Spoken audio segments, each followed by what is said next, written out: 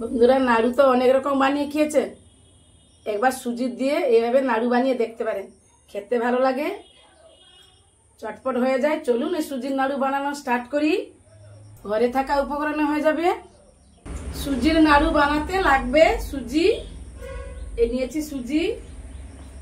প্রথম আমি ঘি দিয়ে দিব। যতটা সুজি নিয়েছি তার অর্ধেক চেয়ে একটু কম ঘি নিতে হবে। গ্যাসটা এখন হাইতে আছে। সুজিটা একদম গরম হয়ে যাক, দিলে একদম লো করে দেব। 2 মিনিট হাইতে রাখবো। 2 মিনিট হাইতে ভেজে নিয়েছি, কারণ সুজিটা গরম হয়ে গেল। এবার লো করে দিব।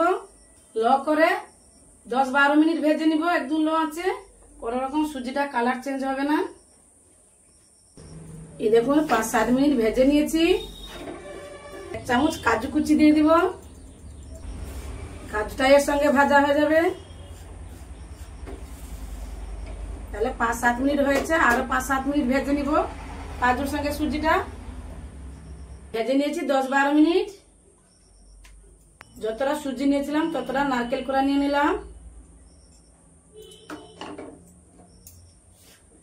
নারকেল কোড়া না দিলে মিষ্টিতে মজা আসবে। নারকেল সঙ্গে সুজি আরো 2-3 মিনিট ভেজে নিব। এই দেখুন 3-4 মিনিট ভেজে নিয়েছি। নারকেল দেওয়ার পরে হয়ে গেছে। গ্যাস বন্ধ করে দিলাম। ঢেলে নিব। এই দেখুন ঢেলে নিয়েছি। আবারও ওই কড়াটা বসিয়ে দিলাম। যতটা সুজি নিবেন ততটা চিনি। মিষ্টি যে যেভাবে পছন্দ করেন ওইভাবে চিনি ব্যবহার করবেন। আমি তার একটু কম নিয়েছি, যেহেতু আমার ঘরে মিষ্টি কম খায়।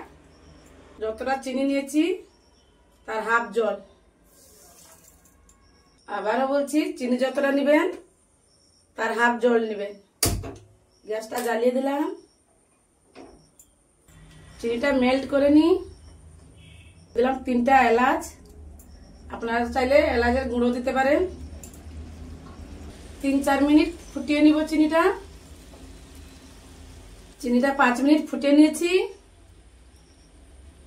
এই দেখুন কোনো একটু চটচটে হবে, তার ফার কোনো হবে না। একটু ঠান্ডা হয়ে গেলে এই যে একটু চটচটে হবে।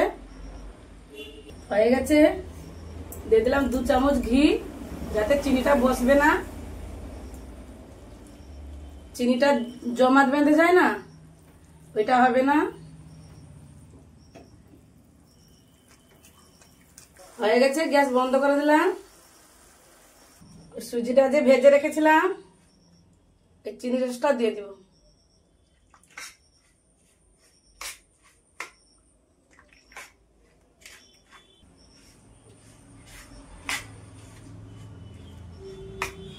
এই দেখুন সব চিনি রস দিয়ে দিয়েছি। নাড়তে নাড়তে সব শুকনো হয়ে যাবে, সব জল টেনে নিবে।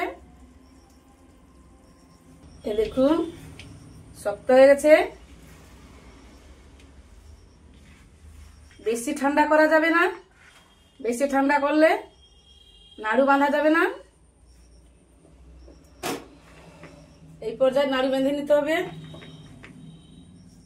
এই দেখুন কুসুম গরম থাকবে, নাড়ু বেঁধে নিতে হবে। বন্ধুরা, সুজির মাপ তো বলে দিলাম, আবারও বলে দিচ্ছি। 1 কাপ সুজি, হাফ কাপ ঘি, আর মিষ্টি পছন্দ মতো। যে যেভাবে মিষ্টি খেতে পছন্দ করেন ওইভাবে, কিন্তু জল তার হাফ দিবেন। একটা কিশমিশ দিয়ে দিলাম। এই দেখুন আবার একটা কিশমিশ দিয়ে দিলাম। এই দেখুন এইভাবে সবকটা বানিয়ে নিব।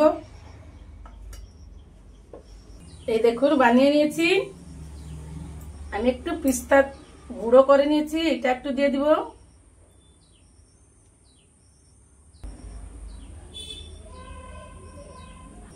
এই দেখুন হয়ে গেল। কত সুন্দর হয়ে গেল না, চটপট। বন্ধুরা বাড়িতে অবশ্যই ট্রাই করো, কিন্তু আমার অনুরোধ রইল। চলুন আমি এখানে ভিডিওটা শেষ করছি, দেখা হবে নতুন কোনো ভিডিওতে।